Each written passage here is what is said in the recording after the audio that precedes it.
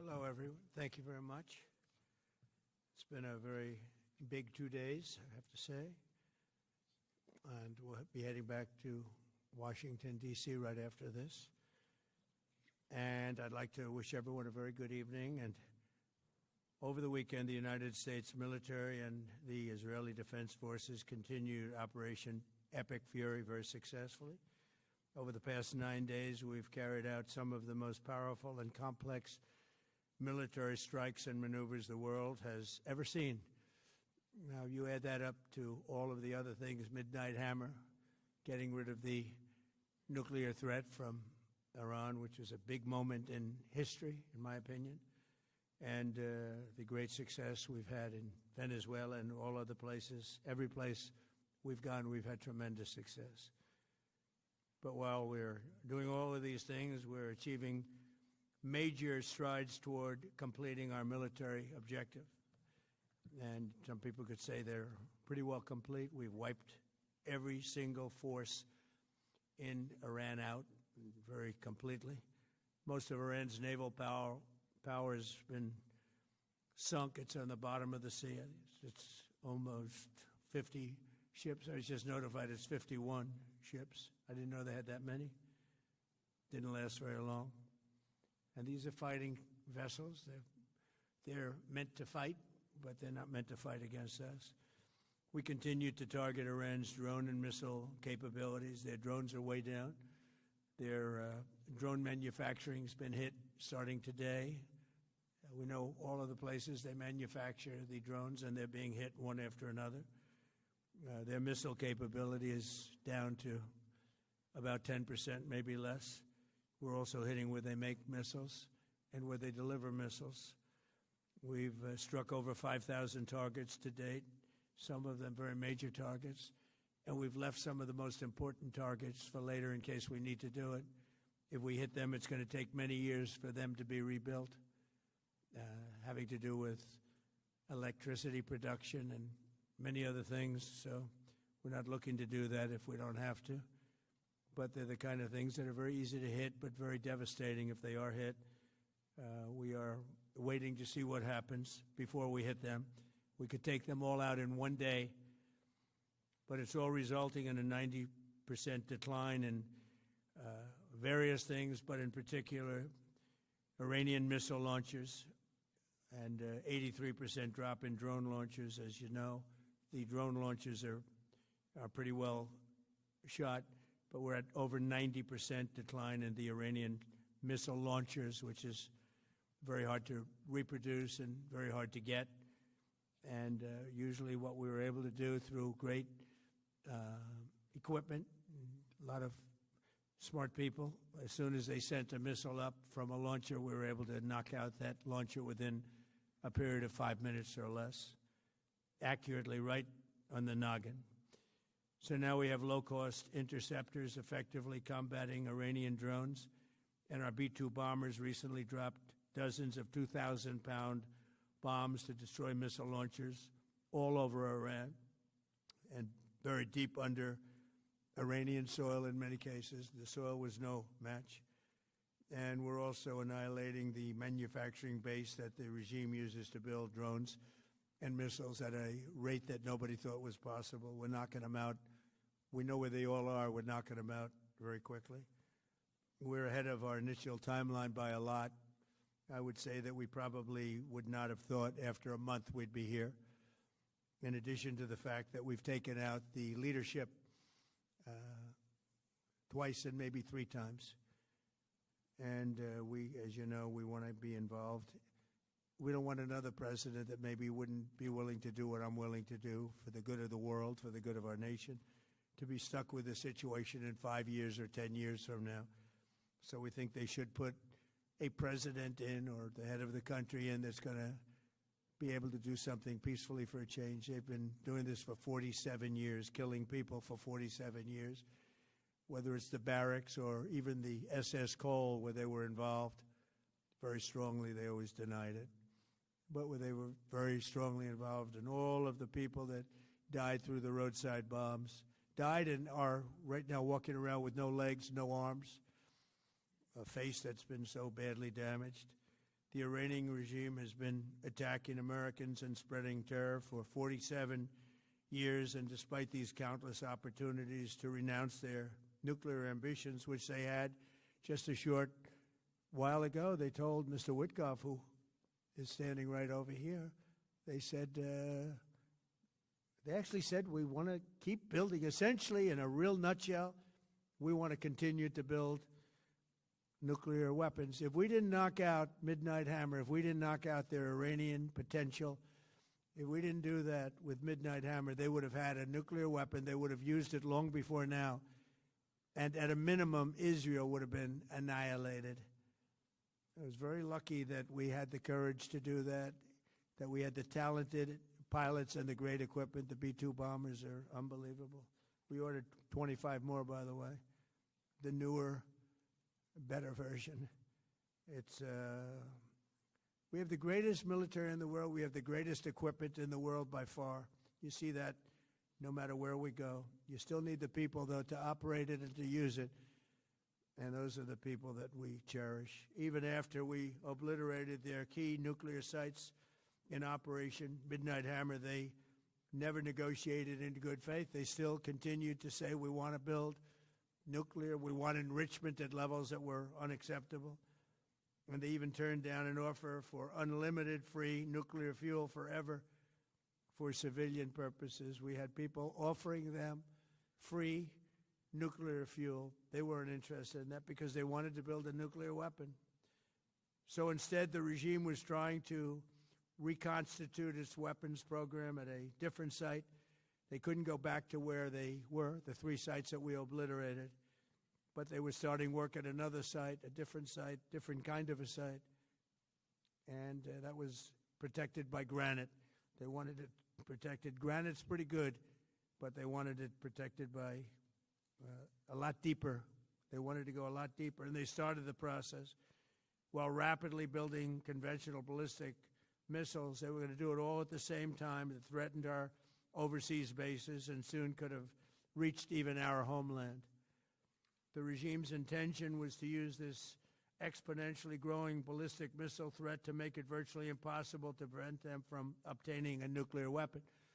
So as you probably saw, they had a tremendous number of missiles, most of which are now being used or destroyed, and very unsuccessfully used because we have been able, for the most part, to shoot them all down. What incredible technology. The Patriots have been unbelievable, and other things. And the laser technology that we have now is incredible. It's coming out pretty soon. Where literally lasers will do the work of, at a lot less cost, do the work of what the Patriots are doing or what other things are doing. The situation was very quickly approaching the point of no return, and the United States found it intolerable, in my opinion, based on what Steve and Jared and Pete and others were telling me, Marco, so involved, that I thought that they were going to attack us. I thought they would, if we didn't do this at the time we did it, I think they had in mind to attack us. And if you notice, they did something which was very foolish, very stupid, I would say. They attacked their neighbors. And their neighbors were largely neutral, or at least weren't going to be involved, and they got attacked. And it had the reverse effect. The neighbors came onto our side and started attacking them, and actually quite successfully. If you look at Saudi Arabia, you look at UAE, Qatar, and others. But they were strong and they were smart, but they got attacked. Nobody, when I first heard it, I said, no, somebody made a mistake. There was no mistake. UAE had over 1,000 missiles shot at it, knocked them almost all down. On the very first day I came down the escalator in 2015, I said, quote, I will stop Iran from getting nuclear weapons, and all I'm doing is keeping my promise. Think of that. That was in 2015. I said it. It was a threat then and a much bigger threat now, but no longer a threat, not for a long time anyway. We want to keep it that way. As we continue Operation Epic Fury, we're also focused on keeping energy and oil flowing to the world. and I will not allow a terrorist regime to hold the world hostage and attempt to stop the globe's oil supply. And if Iran does anything to do that, they'll get hit at a much, much harder level. I will take out those targets that were easy and that I mentioned just before. We'll take them out so quickly, they'll never be able to recover, ever. If they want to play that game, they better not play that game. In the long run, oil supplies will be dramatically more secure without the threat of Iranian ships, drones, missiles, nuclear menace, or anything. So the Strait of Hormuz is going to remain safe. We have a lot of Navy ships there. We have the best equipment in the world, inspecting for mines. Again, most of their ships are down at the bottom of the sea, but we will hit them so hard that it will not be possible for them or anybody else helping them to ever recover that section of the world if they do anything. In recent years, the regime and its terror proxies have launched attacks on hundreds of commercial vessels. We're putting an end to all of this threat once and for all, and the result will be lower oil prices, oil and gas prices for American families. We've done that. We've done it. We brought it very low. This was just an excursion into something that had to be done. We're getting very close to finishing that, too. In the meantime, during this brief disruption, the United States is offering political risk insurance to any tankers operating in the Gulf. So we're putting up risk insurance. We'll perhaps go alongside of them for protection. We don't think it'll be necessary if it is. And if they do anything, the price will be incalculable. It will be so great that they will have wished they never did it, because you have to keep the straits flowing. With all of that, it affects other countries much more than it does the United States. It doesn't really affect us. We have so much oil. We have tremendous oil and gas, much more than we need. We have Venezuela now as our new partner, great partner. They've worked out so wonderful. We're working with the administration, the president, and it's a massive source of oil, gas, everything. But we're in a very good position, but very unfair to other parts of the world, like China as an example. I mean, we're doing this for the other parts of the world, including countries like China. They get a lot of their oil through the straits. So we're doing this. We have a very good relationship with President Xi in China. I'm going there in a short period of time, and we're protecting the world from what these lunatics are trying to do, and very successfully, I might add. We're also waiving certain oil-related sanctions to reduce prices. So we have sanctions on some countries. We're going to take those sanctions off till this straightens out. Then who knows, maybe we won't have to put them on. There'll be so much peace. But when the time comes, the U.S. Navy and its partners will escort tankers through the strait if needed. I hope it's not going to be needed, but if it's needed, we'll escort them right through. And we have the greatest mine-sweeping ability. We have the greatest ships, and all of the, we know exactly where they're placed. We'll get them out of there very fast, but we hope we don't have any of that. And again, if they do that, if they play that game, we're going to hit them at a level that they have not seen before. So we're winning very decisively. We're way ahead of schedule. Our military is the greatest in the world, with the greatest equipment and the greatest people in the world. Nobody's ever seen anything like it. Iran's a very powerful country. They were going to take over the Middle East. If we did not hit them, they were going to take over the Middle East. They had thousands and thousands since their last hit. They had thousands and thousands of missiles and everything else. Most are now destroyed. But they were going to take over the Middle East. Those weapons were aimed at Middle Eastern countries that had nothing to do with this. They were going to take over the Middle East, and they were going to try and destroy Israel. So we stopped it with good timing, and we're very proud to be involved in this, and it's going to be ended soon. And if it starts up again, they'll be hit even harder. Thank you very much for being here. Go ahead. Any questions? Thank you so much. Go ahead. Do you approve of Iran's new supreme leader? And secondly, can you tell us more about your call with Russian President Vladimir Putin today? Yes. What did you discuss? Yes, I had a very good call with President Putin. We had a lot of people on the line from our side, from his side. We were talking about Ukraine, which is just a never-ending fight.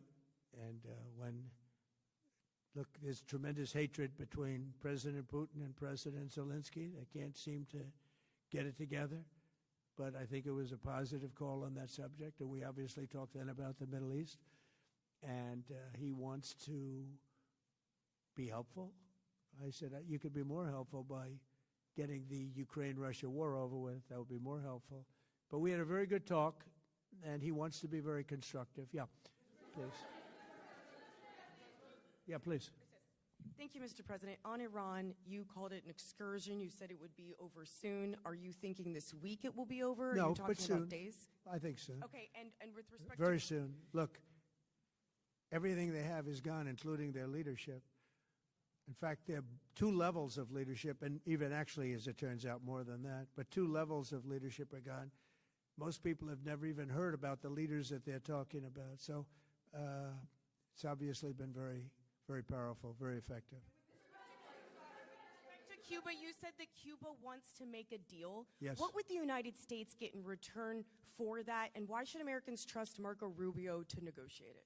Well, Marco Rubio is doing a great job. I think he's going to go down as the greatest Secretary of State in history.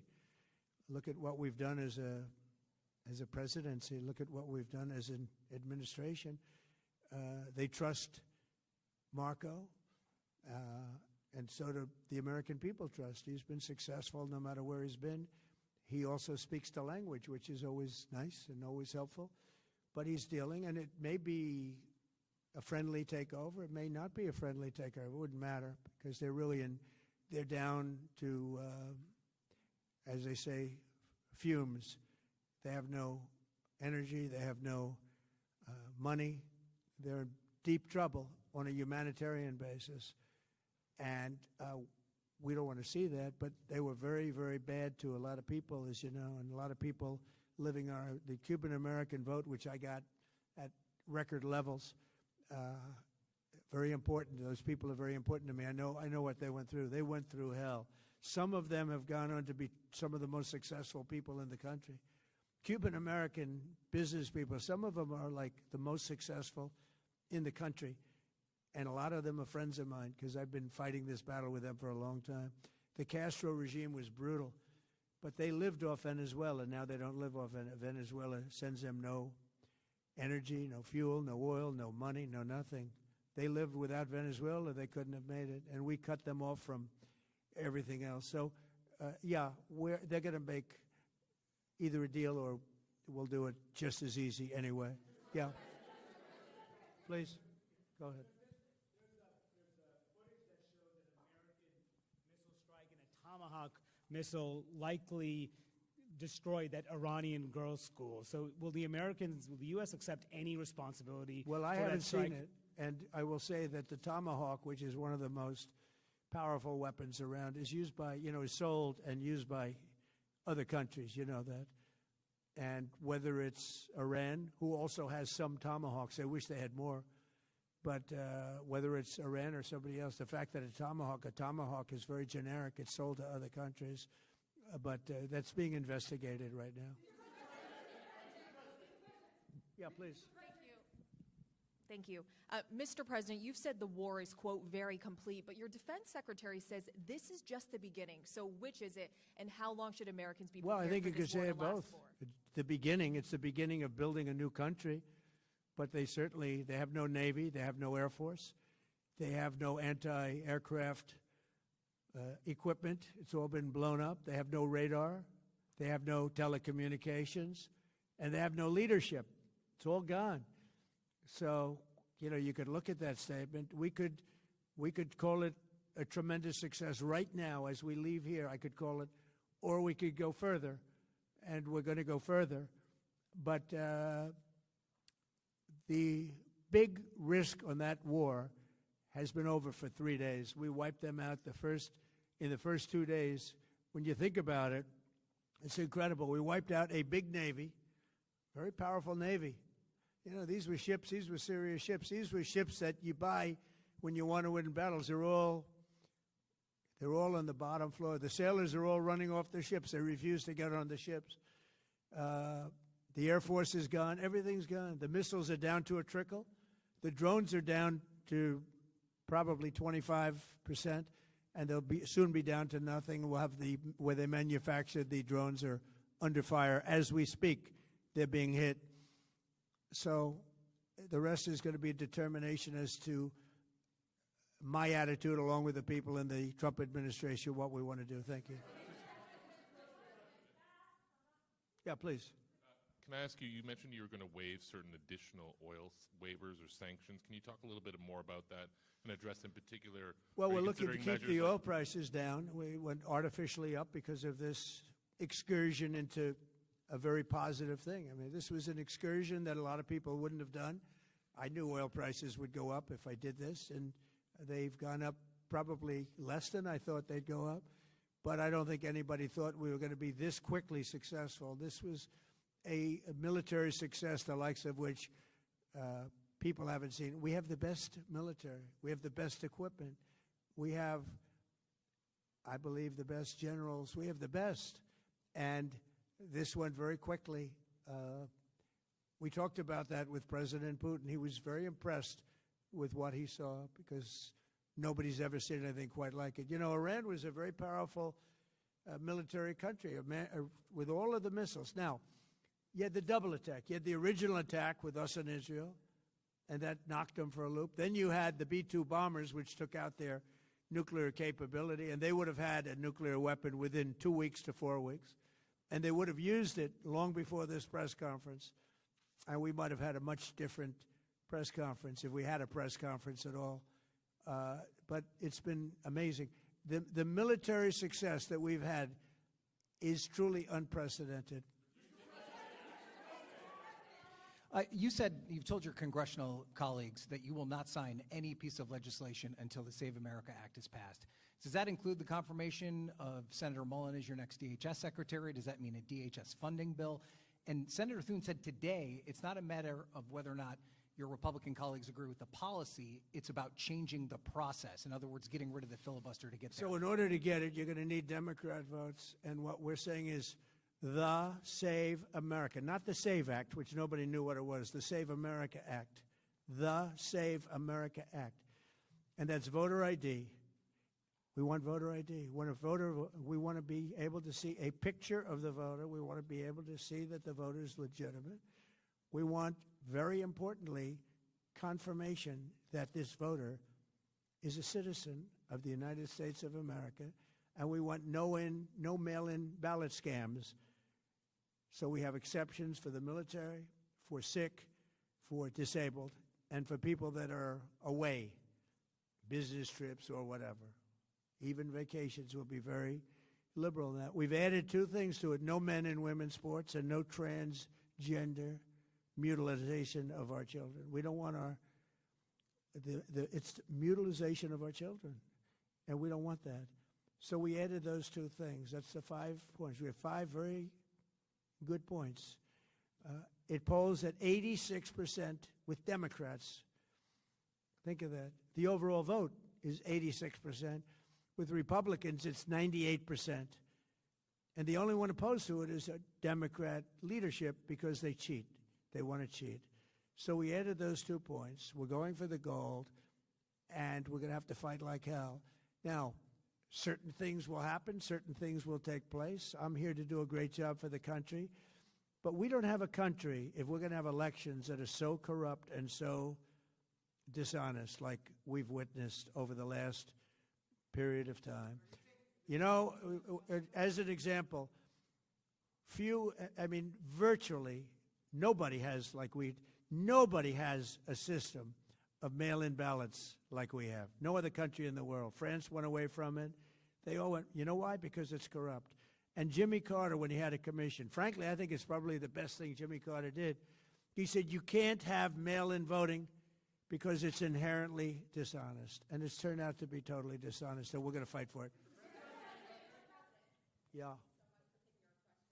Has Iran activated any sleeper cells inside the U.S.? There's reports that they have press that trigger button to activate those cells, at least abroad? Well, they've been trying for a long time. We've been very much on top of it.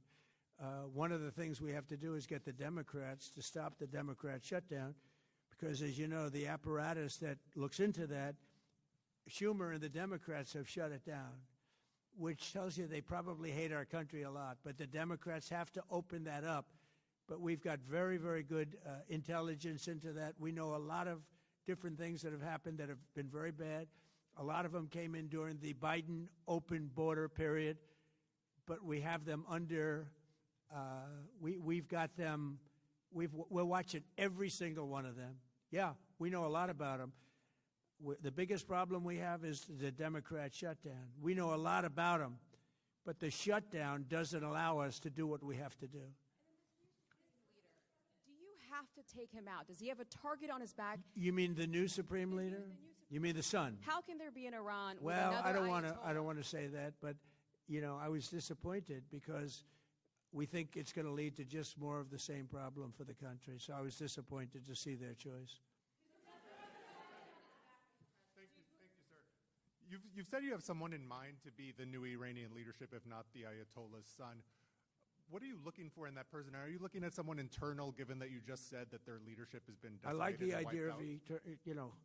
internal and eternal, come to think of it.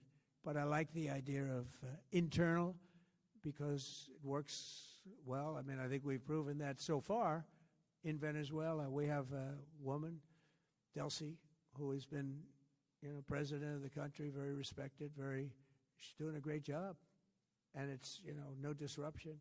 We had, as you remember, Iraq, where everybody got fired.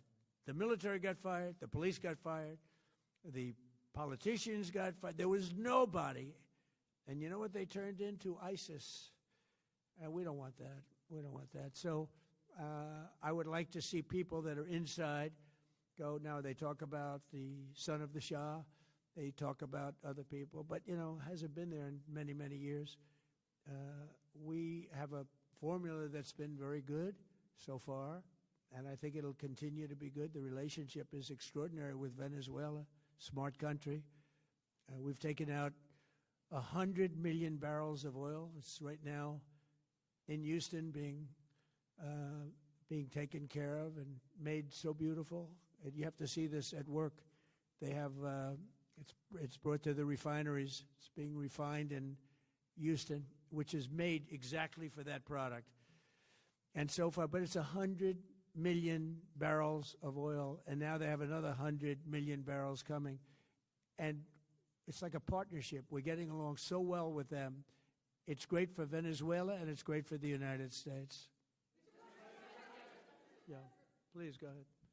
Mr. President, you just suggested that Iran somehow got its hands on a Tomahawk and bombed its own elementary school on the first day of the war. But you're the only person in your government saying this. Even your defense secretary wouldn't say that when he was asked, standing over your shoulder on your plane on Saturday. Why are you the only person saying this? Because I just don't know enough about it. I think it's something that I was told is under investigation. But Tomahawks are used by others, as you know. Numerous other nations have Tomahawks. They buy them from us. But I will certainly, whatever the report shows, I'm willing to live with that report. Yeah, please. You said earlier that we've already won in many ways, but we haven't won enough. What do you consider enough? What's your baseline? Where they're this not going to conflict? be starting the following day to develop a nuclear weapon. Where they'll look at that man and some other people from the administration and say, all right, we're not going to do it. They were not willing to say that. And when Steve called up and he said that to me, I said, well, here we go. Let's do it the hard way. But the hard way, I think, is probably the easy way.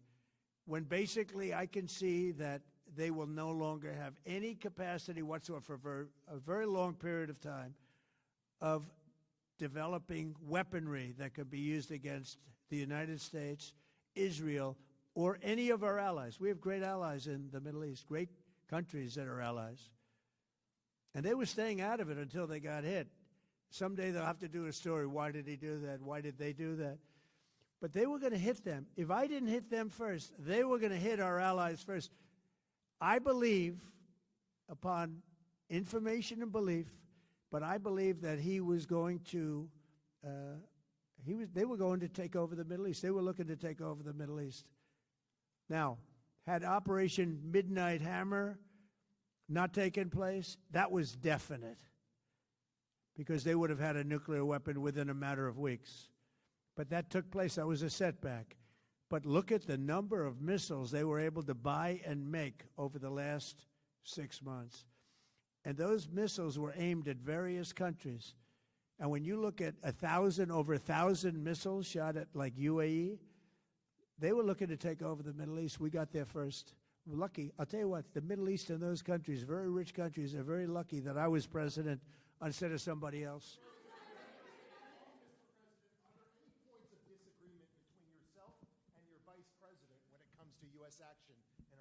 I don't think so, no. No, we get along very well on this. He was, I would say, philosophically a little bit different than me. I think he was maybe less enthusiastic about going, but he was quite enthusiastic.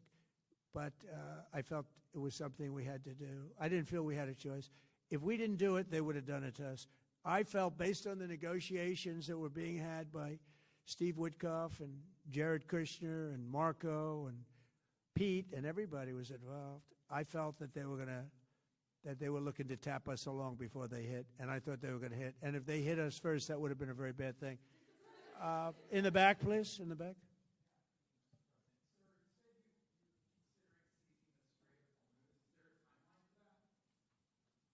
About the Strait, you mean? Yeah, well, I want to keep it open. I want to keep it good. You know, it doesn't pertain to us so much as it does to China. We're really helping China here and other countries because they get a lot of their energy from the Straits. But, hey, look, we have a good relationship with China. It's my honor to do it. Yeah.